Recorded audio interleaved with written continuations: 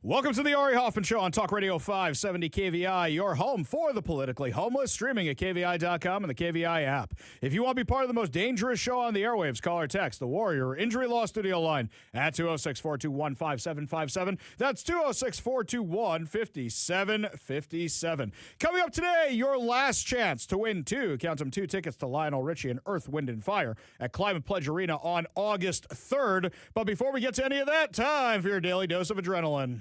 You want me to stick this into my heart? Are you f***ing nuts? I have been inundated with emails, absolutely inundated with emails that people are sending me from schools where it's walkout after walkout after walkout. And what's interesting is this isn't like in 2023 or 2024 when it was about the Hamasniks walking out to protest Jews or Israel or whatever it is. Now we're talking about middle schools, elementary schools walking out.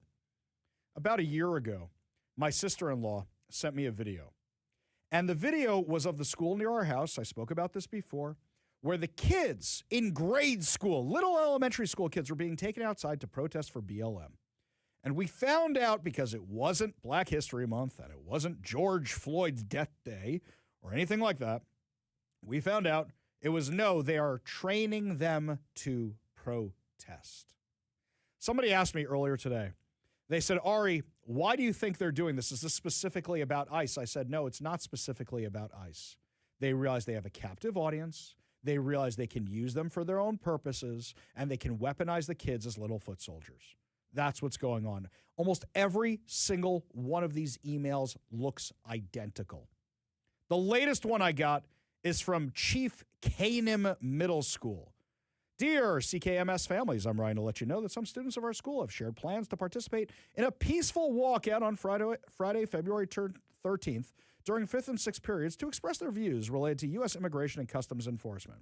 This is not a school or district-sponsored event. Students do have a First Amendment right to assemble and express their views and opinions. District policy does not allow for excused absences related to participation and a walkout. We encourage families to talk with students on whether their participation is appropriate for them.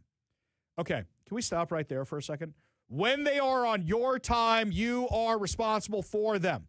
When I was a kid, you know how many notes it took for me to get out of high school? Never mind my shenanigans of how I got out of high school. No, you know how many notes it took? You know what happened if you got busted leaving the school? We're talking about middle school students. That's 11, 12, 13, 14. That's the ages we're talking about. Not old enough to have social media yet, even though all of them do. Not old enough to drive a car yet. These are the ones you're letting out. What do you expect to happen when you let a bunch of middle schoolers loose in the middle of the day? I remember one time in high school, this is an embarrassing story. This one time in high school, I'm coming out of the bathroom, and a kid is coming into the bathroom who clearly is sick that day and has to puke and didn't quite make it, and he got me instead. Got me. Do you know what I had to do to get out of school that day? I had to go to the nurse's office covered in this stuff. And she's like, oh my God, are you sick? I go, it's not mine. It's not me. And she goes, oh, that's terrible. And I said, I need a note to go to the Gap or something because the security guard at the front door is not going to let me out of here. I need to go to the closest clothing store that exists. So she literally wrote me a note. Ari has permission to go to the Gap. And I will never forget, I'm coming downstairs in the middle of the school day to where the front area is, and the toughest teacher, the one you never want to see you leaving the building in the middle of the day, is there. The security guard isn't even there. I'm thinking I'm home free. And then I see this guy. He goes, Mr. Hoffman, where do you think you're going? And I said, I have a note, and I hand it to him. I think this is the only time I've ever seen this guy smile before. The only time where he says, this is for real? I said, this is for real. I open up my jacket, which is now covered in the stuff which is on my shirt. And he goes, all right, go, go, go. To my knowledge, I'm the only student who ever got out on his watch. It was that bad. Now we just let middle schoolers out of the building? How much school have they missed already? And something that breaks my heart is I've heard from a few parents whose kids have medical issues and have to miss school fairly regularly because of doctor's appointments. And then you find out from these parents, they kept their kids home today for another day because they didn't want them participating in the protests. Or they kept them home yesterday because they didn't want them participating in the protests. Or the day before, and the kids have already missed so much school. Kids in Seattle, school district, you want to protest for ICE, go right ahead. In fact, we'll ask the legislature to give you a day off, mandatory day off to protest, but you want to go to that Seahawks parade? No way. It's insane to me how many of these emails I've been getting from all of you. And what has been happening in the meantime?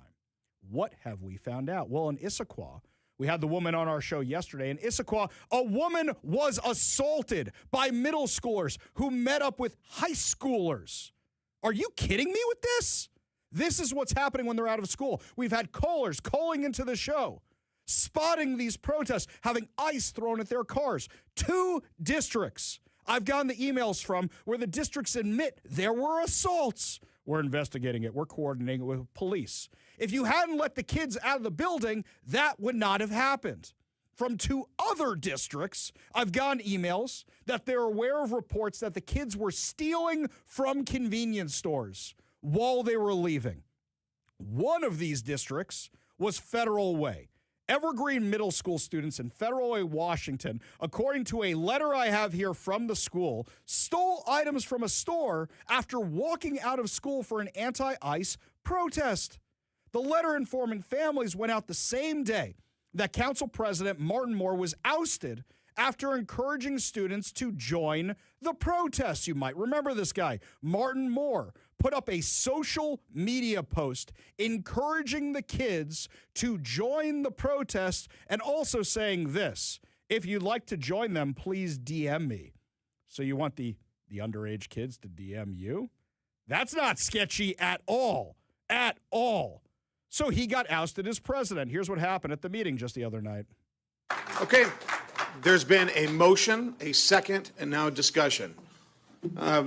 Pursuant to the motion for potential action to rescind the vote naming the city council president. All those in favor of the motion state aye. Aye. Aye. Opposed? Nay. Nay. Heather? Councilmember Stefa Dawson. Nay. Councilmember Honda. Aye. Councilmember Hamilton. Aye. Councilmember Walsh. Aye. Councilmember Sessoms. Nay. Councilmember Coachmore. Aye. And Council President Moore. Nay. Mayor, the motion passes 4-3. All right. Okay. Our Martin has been, Councilmember Moore has been removed from his position as council president. Now, he's still on the council. He's just not council president anymore. Joining us now on the Warrior Injury Law studio line is council member Melissa Hamilton, who was there for the vote last night. Thank you so much for being with us today. Thank you for having me. Such a pleasure. So why don't you tell us what this vote was about? Because I'm sure not everybody's happy. Some people are probably saying, we want our kids to go join the anti-ICE protest. What was the vote about? What were the problems you guys had with the council president? Of course. Let me explain. So the concerns began actually before the political protest post came about. And I made very clear when I gave my statements as to why we were voting on this that I supported First Amendment rights.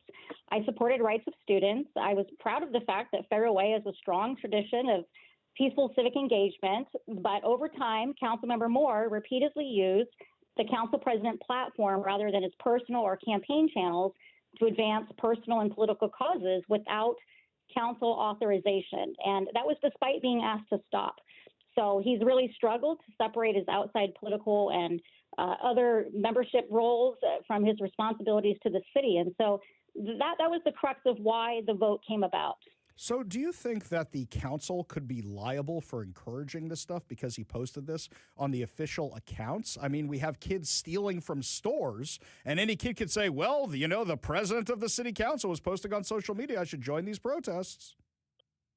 Yeah, well, you know, we kind of talked about that a little bit, a few of us, but, you know, I'm not a lawyer, so I can't say for sure whether or not, you know, we would be held liable. But one thing that he did do that it concerned me was that from his official council president social media page, he encouraged minors to you know, not only engage in the political protest, but to privately message him. And to me, that's what crossed the serious boundary. That's not appropriate for any elected official to be privately messaging students. No, it's really, really not. So this really doesn't have anything to do with the protest or with ICE. It has to do with the fact of misuse of official accounts and also the messaging, which could get you guys in who knows what kind of trouble, right? Yeah, exactly. That's exactly what it is. It was the misuse of his, role as council president to advance personal and political agendas. And he is the chair of the 30th District Democrats, which isn't, disallowed, but it has definitely blurred the lines to the point where we're not sure if we're talking to, Council President Moore, or if we're talking to chair of the 30th Democrats Moore, or we don't know who we're talking to at any given moment because the lines are so blurred right now. In the last few minutes we have with Federal Way Council member Melissa Hamilton. So then why didn't you guys remove him from the council entirely if this is an ongoing problem, or is that something that has to be done by the people of Federal Way? Well, we can't do that. He still represents the people. He was duly elected, but it is up to the council who they choose to lead the council. And so that's a council decision. It's not a decision that's made by the public. And so we just decided that we needed change, and it was time to, have someone else lead the council. And I have a full, confidence in Council President Susan Honda. I think she's going to do a great job and focus us on the issues that we need to be focusing on. Councilmember, just before we let you go, we have a lot of people in Federal Way who listen to the show. We hear from them all the time. They've been very concerned about this. A lot of them have been calling in about all this. So my question is, the school board really has the authority over the schools, the principals and such, and then the superintendent's office in Olympia. But what can the city council do to say, hey, guys, maybe you should keep the kids in school? If they want to protest, have them do it during lunch, have them do it during recess, have them do it on the playground or in the gymnasium or in the lunchroom, but letting them out during school hours, you can let them protest, but letting them out creates all kinds of liability. Is the council trying to figure out a way to do this? Do you even have the power to address this? I don't think we have a lot of power over, how the schools conduct their business, but I know there's been some conversations, at least, between the city and Dr. Danny Pfeiffer, who's our Federal Way superintendent. And, what those conversations have been, I'm not quite sure, but yeah, it's up to the schools to have policies set in place for this sort of thing. Councilmember Melissa Hamilton from Federal Way, really appreciate you taking the time to join us today and explain all this to our audience. We really do appreciate you being with us. Thank you so much. Thank you so much. You have a wonderful weekend. Now, we're glad we have people like the council member who comes on the show and discusses what's going on. But yet, we know that a lot of this is being driven by the teachers' unions. The head of the teacher union here in Washington, the Washington Education Association.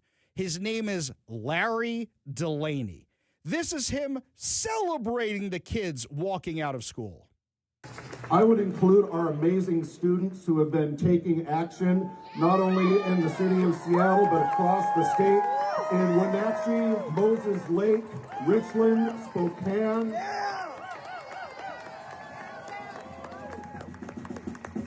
Okay, so they're in favor of all this insanity. If there is a lawsuit, any lawyer is going to make hay with all of this and say, you were responsible for these kids during school hours. You let them off campus. Here's the easy question a bad lawyer would come up with. Why didn't you have them protest in the gymnasium? Why didn't you have them protest in the lunchroom? Why didn't you have them protest during recess? Why did you feel the need to walk them off campus, to open the doors and allow them off campus? And this comes back to the debate we were having yesterday. I believe that these educators want something to happen to the kids by an ICE agent. I truly believe this. They're not saying anything when the kids go out and assault random people taking video or random parents who are nearby trying to get their kid out of the crowd. Instead, they're almost celebrating it.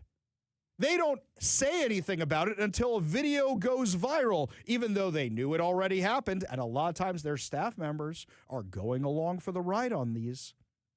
It is insane to me, absolutely insane to me that this is continuing. I remember parents telling me during COVID, and this is before I had a radio show, parents were telling me that they were sitting at those dining room tables and they were trying to work from home while the kids trying to be in class. And I remember one specific parent, and this was a private school parent, told me that they heard the teacher telling the kids in grade school, in middle school, that they should go protest because of George Floyd. They should go to a protest, and they even gave them the details of a protest that weekend, and we know what these mostly peaceful protests usually turned into here in our area. And that's when the parents said, that's it, we're moving. Not just I'm yanking the kids out of the school. We are moving out of the state. And they did. They moved to Texas, left the state entirely. We know how many kids left during COVID. Is it happening again right now? I'm getting email after email after email after email from parents who are saying they are keeping their kids home or they are pulling their kids. I am curious how many actually did it. This is happening across the country. And my warning to all the parents is it's not going to stop with ICE. The ICE stuff is actually starting to die down in Minneapolis. Todd Ullman said that they're rolling back the surge in the deployment. So what? They're going to try and keep this going? And what's the next thing? What's the next thing the left gets mad about? What's it going to be? They're going to try and keep this chaos going all the way through the midterms, all the way to the end of the Trump administration. So that way they could say that J.D. Vance or whoever runs for president on the Republican side, it's all chaos. Vote to have the adults, the grown-ups back at the table. This is what is happening. This is all organized. This is all organized by the teachers' unions, by the teachers themselves to sow chaos, and they are using your children as their little foot soldiers. How can you not see it? Your children are your most valuable commodity, your most valuable possession. Yes, that's what they are. When they leave the house, you know what? You still worry about them, and you're still paying for them years later. Why would you trust them to people who want to put them in danger? It was bad enough when we said, okay, well, the education's not so great, but at least they're safe and they're happy and with their friends. Well, the education's not so great, and it's okay that they're brainwashing them, but you know what? At least they're with their friends and they're safe.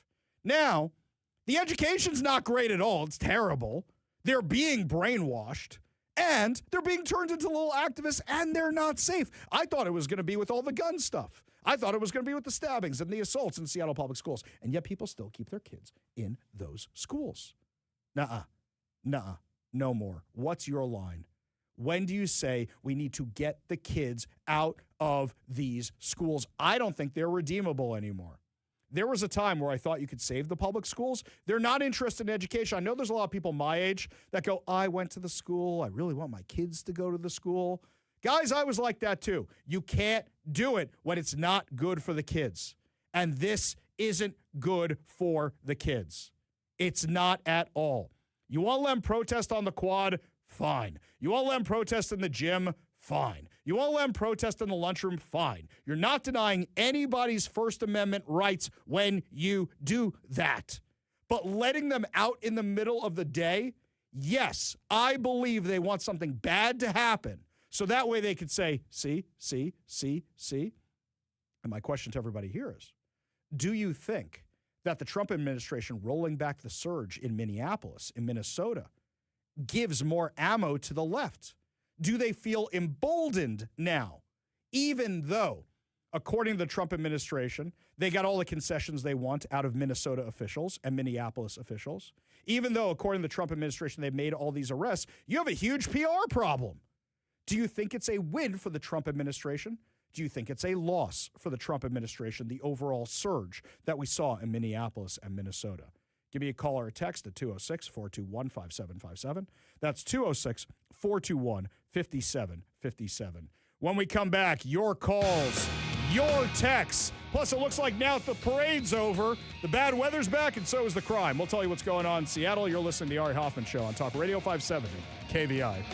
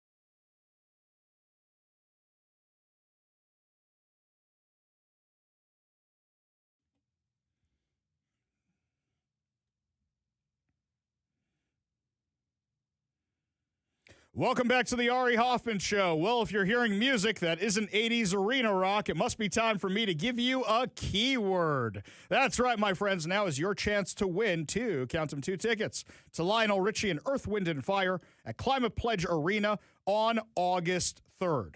All you have to do is take the word I give you, just the word, not your phone number, not your name, not your address, nothing else, just once, and you text it to the number I give you. Today's word is lady, as in the song Lady by the Commodores, which you are listening to right now. Text the word lady, L-A-D-Y, to 206-421-5757. That's 206-421-5757 for your chance to win. One more announcement before we go to the phones and before we go to the text line. Stake of the Union might be sold out, but that doesn't mean you have to miss out on the fun. On February 24th, the Ari Hoffman Show will be broadcasting in advance of the State of the Union. And you can listen to it right here on Talk Radio 570, KVI, KVI.com, and on the KVI app. After the State of the Union, after President Trump gives his speech, we will be streaming from Daniel's Broiler on all of our social media channels, including mine, Ari Hoffman Official on Facebook and Instagram, The Hofffather over on X, and you will be able to see our analysis of the speech. In addition to that, you should also go to KVI.com, sign up to become a KVI insider, so that way we have your email address and you don't miss out on future events. We promise not to spam you. We don't sell our lists. We only send it out when it's KVI related. So go to KVI.com right now and sign up to become a KVI insider. This might be email of the day from Jeffrey right here. All those schools are saying the kids have a First Amendment right to protest. So does my 18-year-old daughter have a Second Amendment right to open carry her shotgun? To keep her safe? Would that be logical? I think you got all other kinds of problems. First of all, you're not allowed to bring a gun onto school property. But I hear the argument. There's no reason you have to say the First Amendment right includes leaving the campus. That they have just jumped the shark. This is what happens when the left thinks they won. They keep going and keep going and keep going until they have a bigger and bigger problem. And that's why people are having a huge issue with what's going on here, because now you're using the kids in your protest. Look, it's one thing to get your activists together on a weekend or a weekday for that matter and go do what you want. Now you're using the kids? No. This one here from the 253, the ice surge in Minnesota, has been bad publicity. Tom Homan and the administration need to emphasize that now that the Minneapolis mayor and the governor are in full cooperation with ICE, they are taking the individuals out of jails, and that's what the local police are informing them when they have criminal aliens in their justice system. Exactly right. You know how all of this could have been avoided? All of this could have been avoided with them just cooperating with ICE, with the criminal illegal aliens. It was that simple. We go to the Warrior Injury Law Studio line, take a call from Julie in Issaquah. Julie, what's going on? Yes, I kind of feel like we're thinking about it the wrong way. The surge that Donald Trump brought to us, I think we have to remember what it was like for Laken Riley's mom. And there was a video on social media when she found out that her baby girl was dead.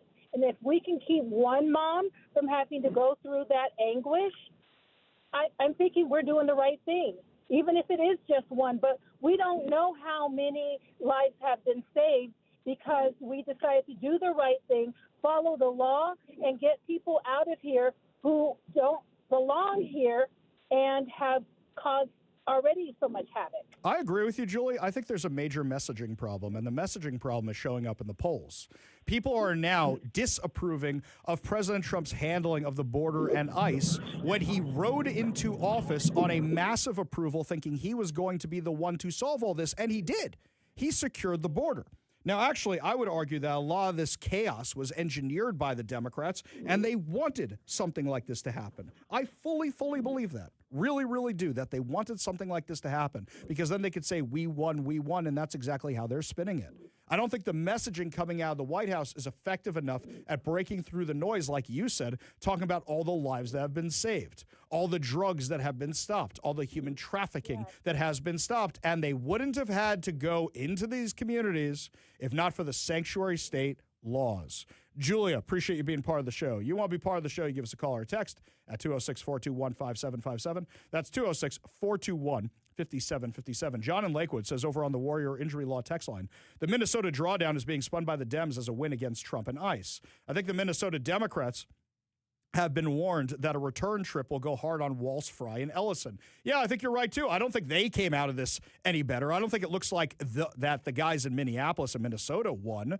But I think overall, people are saying, well, you know what? We want secure borders, but we don't want to see how the sausage is made. I think that's what you're seeing in the polls right now. We go back to the Warrior Injury Law studio line, take a call from our frenemy, Bennett the protester. Bennett, what's up, man? All right. Are we still doing Daniel's Broiler cocktail names? I've got Singapore slinging BS to distract from the Epstein files. Bennett, right? What'd you call about today? You're going to run out of time again. Come on, give us something. What are you looking for? All right. So you're talking about the Federal Way Council President Martin Moore, and the other council member came on and said that he'd posted something on Instagram saying, PM me if you want to join the protest. And she was all like, oh, this is really appropriate, asking minors to send him a private message. So I was suspicious of that. I looked on the news stories. This is what he actually said. So, quote, our young people are clearly feeling fear and uncertainty, and that is heartbreaking. I'm proud of them for using their voices, and I stand with them. If you'd like to join them, please PM me, end quote. So I think from that wording, he is pretty obviously addressing adults in the community, saying, and he refers to the students and the young people doing the walkouts as them. But wait a second, Bennett, I got to stop you. I got to stop you right there. Rather than parsing words, what the council member's main point was, that was the secondary point. What the main point was he had been warned repeatedly not to post political stuff in a nonpartisan position from city accounts. He did post a partisan thing from a city account after being repeatedly warned not to do so, according to the council member. I'm not going to parse the words with you. I see what you're saying. I see how it could be read your way. I see how it could be read the council member's way. But once somebody's been told not to do this from the official accounts, don't you think once you've been warned a few times, now you have brought this on yourself? I understand, and I think that is a valid criticism. That is an actual rule. Don't use the city council president account for promoting partisan causes. But Councilmember Hamilton had been insinuating, the more serious charge of, he's like inviting minors to send him private messages. I think the wording, if you'd like to join them, please PM me. Bennett, I think it can be read either way. I really do. But I think the major issue, she brought that up in the second or third question I asked her. The main issue she was talking about was literally this issue about using the city council resources inappropriately. I do hear what you're saying. Appreciate the call. Appreciate you being part of the show. You want to be part of the show, you give us a call or text at 206-421-5757. That's 206-421-5757. When we come back, my friends, the economy, there is a huge good indicator for the economy, and yet I don't hear a lot of the media talking about it. We'll tell you what it is when we come back. You're listening to the Ari Hoffman Show on Talk Radio 570 KVI.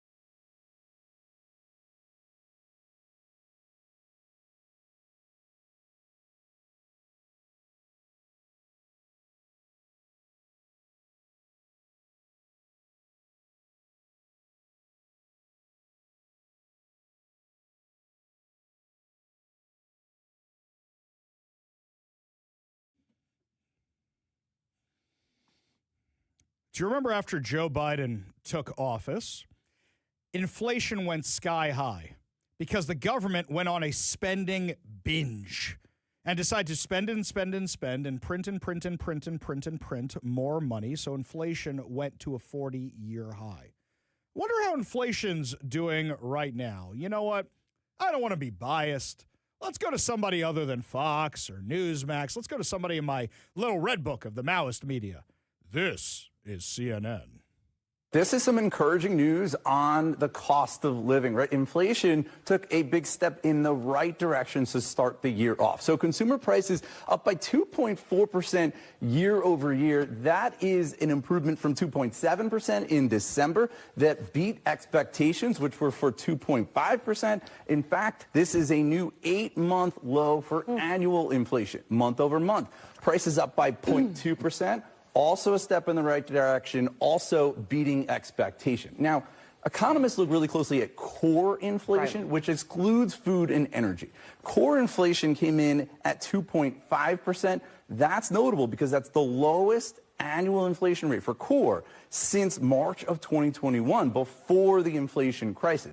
Okay, this needs a little explaining. Let me explain this to everybody just so you understand it. Inflation is always a thing. Prices always go up. Things always get more expensive, unfortunately. But you don't want it going out of control where it's expanding and expanding and expanding. You want it going down if you can. That would be really nice if we can get it to go down. But right now, it's at the lowest level of expansion that it's been since Biden took office. Now, the problem you have is a lot of you are saying right now, Ari, if things are going so well, why are things still so expensive? Well, that's the second thing that Harry Enton from CNN was talking about, core inflation, which is tied to energy costs. Now, gas prices are down in the rest of the U.S., or I should say 35 states in the U.S., not a lot of blue states like here in Washington. Because energy costs are still so high, things are still so expensive because you have to get them here. But there's another problem, too. It's that when retailers realize they can charge something more than they were charging before, and now they can make a little bit of a profit, sometimes they do that as well.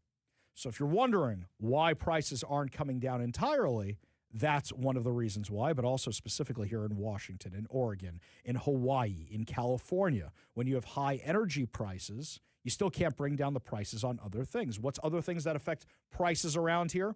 Minimum wage, for example. Also, when you put taxes on businesses, now the business has got to charge you more to make more money. You see how all this goes together? All this is tied together. A lot of people, unfortunately, don't understand that. So the problem for the Trump administration is when it comes to election time, people are still going to say, why are my things so expensive, especially if they live in blue states? They don't do a deep dive into why these things cost so much. Now, the Democrats left town, so the Republicans for that matter, without a spending bill. Are we going to be in the third government shutdown, partial shutdown, kind of shutdown, real shutdown? What's going to be happening? Well, they say they want accountability for ICE. Well, what's funny is by not funding the Department of Homeland Security, it doesn't actually do anything about ICE.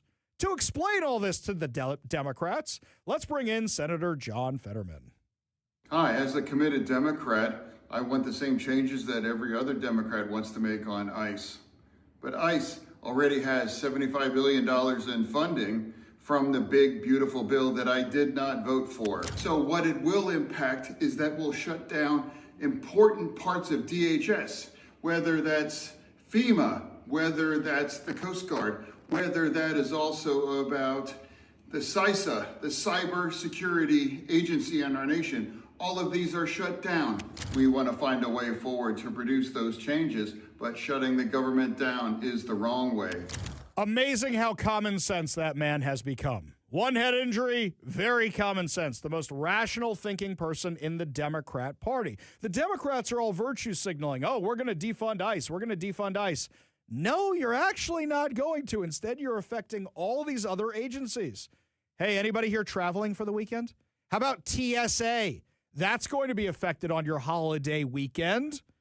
Now, this may lead to a lot of people saying, yeah, the Democrats have really jumped the shark. Like, for example, the Democrats, usually when they think they won something, they keep pushing and pushing and pushing. Okay, we found out yesterday that the Department of Homeland Security is going to be rolling back the ICE surge in Minneapolis. But yet they're still having these student walkouts. For what? For why? You can make the argument you won. You should have celebrations with the students, but you're still walking out. And maybe this is why people are saying that at an all-time high, 58% of voters say the Democrat Party is too liberal. This is CNN.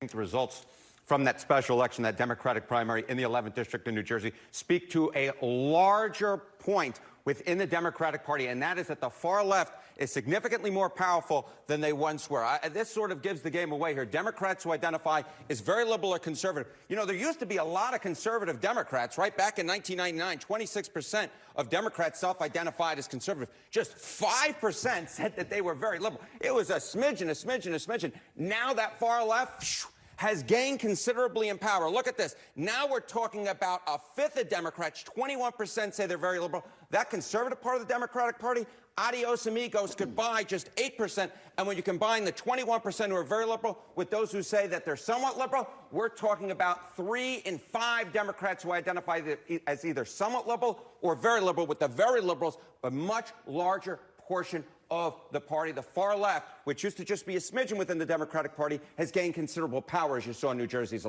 That's why it seems like the Democrat Party is more extreme, because they are more extreme and they keep pushing and pushing and pushing. And who are the people they keep putting out front? Squad members like Representative Pramila Jayapal, people like AOC, people like Bernie Sanders. They keep putting out the more extreme ones, and they keep taking more extreme positions. And when you start encouraging the kids to walk out of school, things are only going to get worse. And what's going to happen is this is actually going to bite the Democrats. Don't forget that the 2024 election was the return to normal. Well, if you guys keep going back to crazy again in your response to Trump, guess who's going to take the midterms? That's right. It might even be the Republicans. When we come back, my friends, unfortunately, there's a really, really bad article in the Wall Street Journal for the Trump administration. When the right gets it wrong, when we come back, we'll tell you what's going on. You're listening to the Ari Hoffman Show on Talk Radio 570 KVI.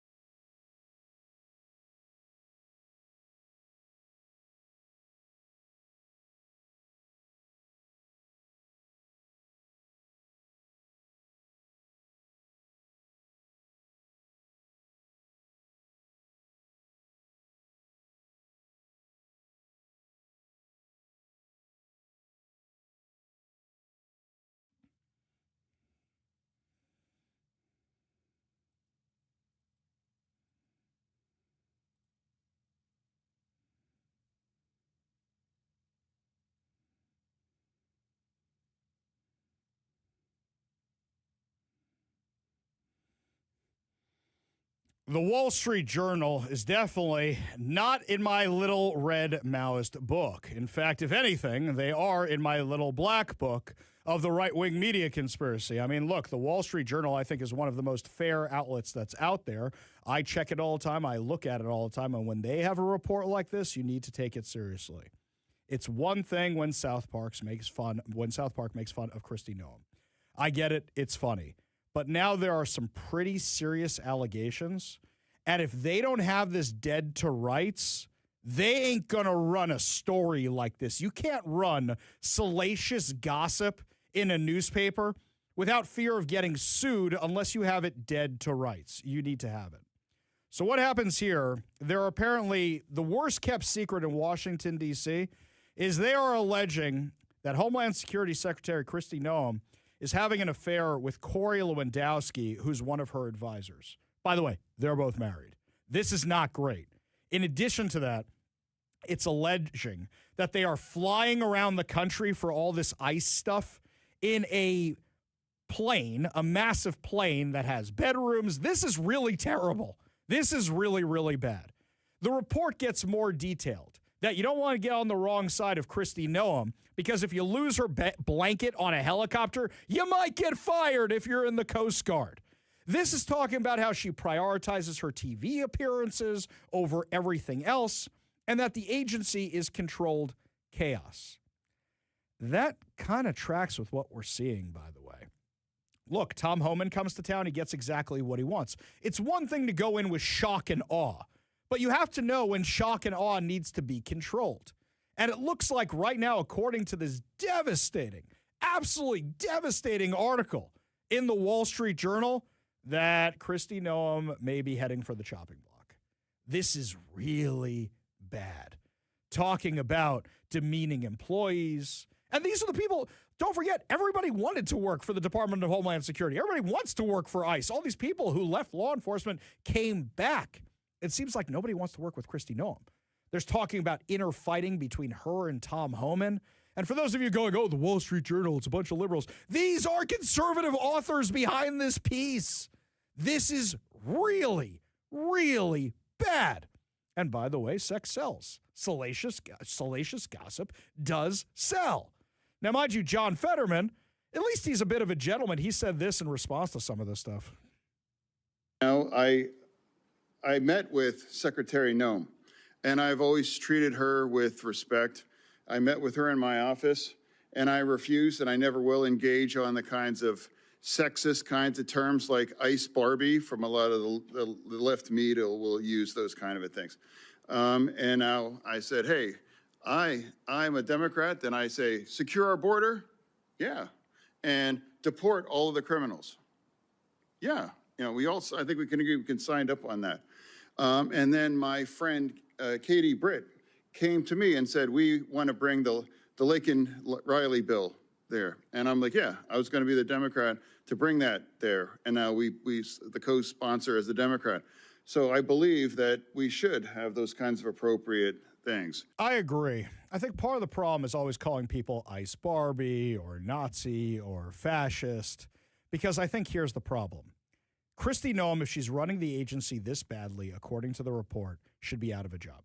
100%. Will it give fodder to the left? Absolutely. But if we're looking at this rationally, it should be, okay, you don't get to fly around in private 737s with bedrooms with somebody you might be having an affair with, and then demeaning all these employees and having issues on the streets and issues with your job and remain a member of the cabinet. But you know what the problem is right now? Because this has become such a talking point, you think AOC or Ilhan Omar knew any of this stuff? No. They just want somebody fired from the Trump administration. They just want to say, we got that person fired. They just want to say, see, everybody's unqualified. Let me ask you this for a second. Can you name one qualified person in the Biden administration? Just one. Just give me one cabinet member you thought was qualified, because I could never find even one. Not one. They were all ideologues. But the problem with a report like this, in these current political winds we're dealing with right now, is President Trump's going to go, I'm not firing her, because you guys are asking me to, because you guys are demanding it. And then the left's going to ramp up their rhetoric and ramp up the rhetoric and ramp up the rhetoric. And this is just going to be a contentious point because everybody goes off into their corners. If all these reports are accurate, it's not about the affair. It's about her not really knowing how to run the agency. And unfortunately, sometimes when you get somebody who's really good in TV interviews, but not really good at their job, and you start giving them something like this, you're starting to see it be a problem. This is somebody who may want to be benched or may want to be sidelined, and that's exactly what they did in Minneapolis. And then you got to wonder, is this somebody who should keep their job? What do you think? Do we need a replacement over at DHS? Personally, I don't know why Tom Homan wasn't running it from the beginning. Why do you need to be border czar? Why isn't it just, hey, Tom Homan, you do really good at this. Border czar, you're going to be in charge of DHS. Why don't you just do something like that? Why? Because the CBP isn't under it and all these other agencies aren't under it? You could have worked something out. I was kind of surprised when they put Kristi Noem in charge of it. Was I excited? Sure. I always liked her because I thought she was good on TV. But you know what? That doesn't make for a good secretary necessarily, as we're finding out from this report. Do you think we should have a new person in charge of Department of Homeland Security? Do you think that somebody should replace Kristi Noem? Do you think she should be fired? Do you think she should be benched? Give us a call or a text at 206-421-5757. That's 206-421-5757. Now, meanwhile, just explaining or demonstrating how badly this is going to get from the left, Ohio Senator Bernie Moreno is calling out the Democrats for their rhetoric putting ICE officers in danger. Give a listen. And I would like to enter a list, 4-page list, of current sitting members of Congress that have made absolutely outrageous comments, analogizing Customs and Border Patrol agents and ICE agents to the Gestapo, to a secret police. So without objection, I'd like to enter that into the record. Without objection. And I think the second piece I'd like to enter the record is just some pretty outrageous statistics, because we've talked about outrage here. Let's talk about outrage. 8,043% increase in death threats to ICE agents in the last 12 months. 8,043. A 1,426% increase in assaults against ICE officials. A 16,700 increase on threats of assault against your agents, both of you. A 3,300% increase in vehicular attacks against your agents, and a 964% increase against officials that, like yourselves, that are not in the field every single day. That's how bad this is getting. But here's a practical example of it. This video was trending overnight. This unhinged woman at Seven Oaks Elementary School here in Washington State went up to, approached, and harassed a sheriff's deputy for sitting outside the school. For all you know, he's guarding the school. But because you're triggered by any kind of law enforcement, here's what she did to him. What are you doing? What am I doing here? Why are you here? I was just doing a collision report, ma'am. Okay. Okay. Are you guys going to be here much longer? Until I'm done doing my job. Because one of the teachers, when I dropped off over there, said y'all been circling since about 8. Okay. Well, I'm just doing my job, so the quicker I do Your my job... job at the elementary school since about 8 a.m.? I wasn't here at There was a 8 a.m. collision here at the elementary school? You have a good day. I'm going to continue to do my job. You work for us, and you're scaring these families. Okay. Well, you should probably go do your job where your job lives. Because I don't see that it needs to be right here all morning. Okay. I'm going to explain something. The person that I was just working with left approximately 5 minutes ago. This was a collision report for them. I'm doing my job.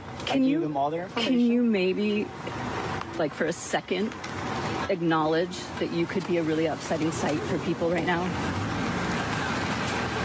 Ma'am, I'm just doing my job. I get it. So, I get it. But like for us to be able to collaborate with y'all at all going forward, you're going to have to show us some humanity. You're going to have to show us that you understand the circumstances and the feelings that you evoke. Because like, it would be so rad to feel like you're here for us. It would be so rad to feel like you guys get it and understand that you are actually the defending line between us and the fascism. But until like that's overt. Okay, crazy lady. I mean, really? When there are police outside our synagogue, we're happy about it. When there are police outside our kids' schools, we're happy about it because guess what? It's the safest place to be in that moment. And yet, this is what they're doing here? No, my friends, that's bad news. When we come back, my friends, lots more to discuss, including how the feds are coming here to investigate a viral story out of the Puyallup School District. We'll tell you what's going on when we come back. You're listening to the Ari Hoffman Show on Talk Radio 570 KVI.